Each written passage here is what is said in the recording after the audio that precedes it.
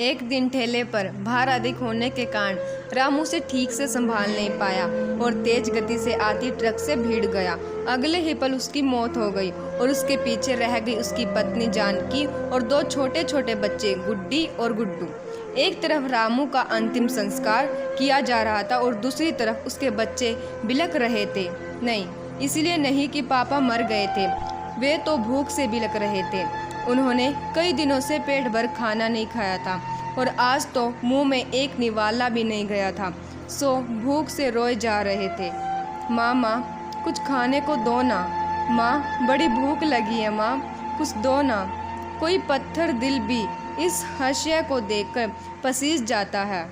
पड़ोसियों को भी दया आ गई, अगल बगल से खाना आ गया।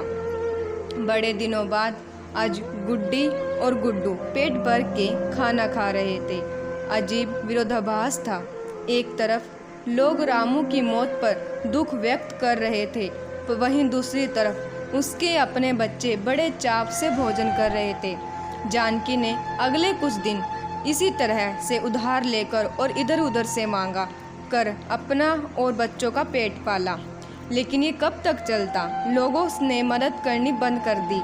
जानकी पागलों की तरह काम खोजने लगी, लेकिन तमाम कोशिशों के बावजूद भी किसी ने उसे काम नहीं दिया। जब थककर हारकर जानकी घर लौटी तो बच्चे उम्मीद से उसकी तरफ देखने लगे।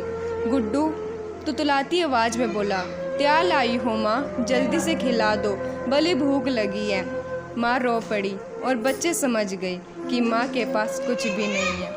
एक पल के लिए अजीब सा सन्नाटा पसर गया। फिर गुड्डी बोली, माँ, ये गुड्डू कब मरेगा? पागल हो गई है, ऐसा क्यों बोल रही है? माँ ने डांटते हुए बोला, माँ, जब पापा मरे थे तो उस दिन हम लोगों को पेट भर खाना मिला था। गुड्डू मरेगा तो फिर खाना आएगा ना? गुड्डी की बातें सुनकर माँ की आंखें फटी की फटी रह गई। उसके पास गुड्डी की बात का कोई जवाब ना था। दोस्तों, ये सिर्फ एक कहानी नहीं है, ये दुनिया के करोड़ों लोगों की हकीकत है। इस पर गौर कीजिए। जिस खाने को हम थाली में ऐसे ही छोड़ देते हैं, उसकी कीमत को समझिए। बचपन में हमें अन्न का आदर करना सिखाया जाता है, लेकिन चूंकि हमने कभी असल भूख नहीं देखी होती, इसलिए हम उसका आदर करना नहीं सीखते। एक दिन, बस एक दिन भूखा रह कर देखिए और आप करोड़ों लोगों का दर्द समझ जाएंगे। चलिए हम प्रण करें कि हम कभी भी अन्न का अपमान नहीं करेंगे, हम कभी भी खाना बर्बाद नहीं करेंगे, हम कभी भी होटल जाकर 2 लोगों के बीच 4 लोगों का खाना नहीं मांगेंगे। चलिए अन्न को बचाएं और उसे ऐसे लोगों तक पहुंचाने का प्रयास करें जिन्हें इसकी सचमुच ज़रूरत है।